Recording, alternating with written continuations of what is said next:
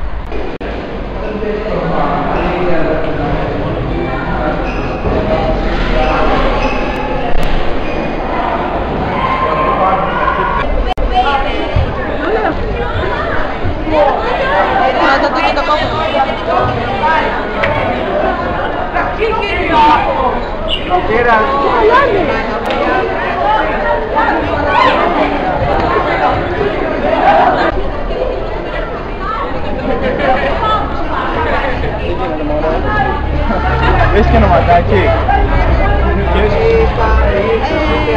Είμαι Μελένα Πάστα και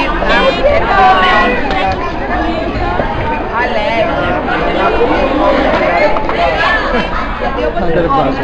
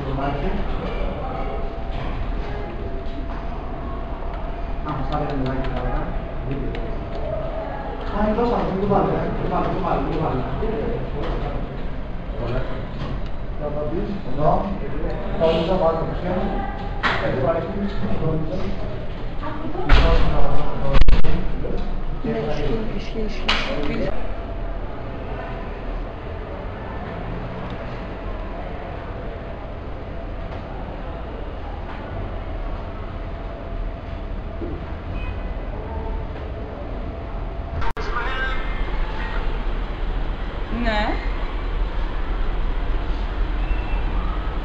Γεια σου, τι κάνεις, καλά είσαι? Καλά είμαι κι εγώ, μια χαρά. Σε ευχαριστώ πολύ και είσαι πολύ όμορφος. Να βρεθούμε. Ναι. Μένω Μαρασιού και Σουηδίας. Ωραία. Okay. Εντάξει. Άντε, γεια.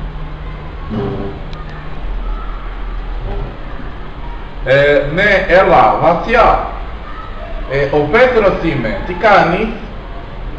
Ναι. Είσαι πολύ όμορφη.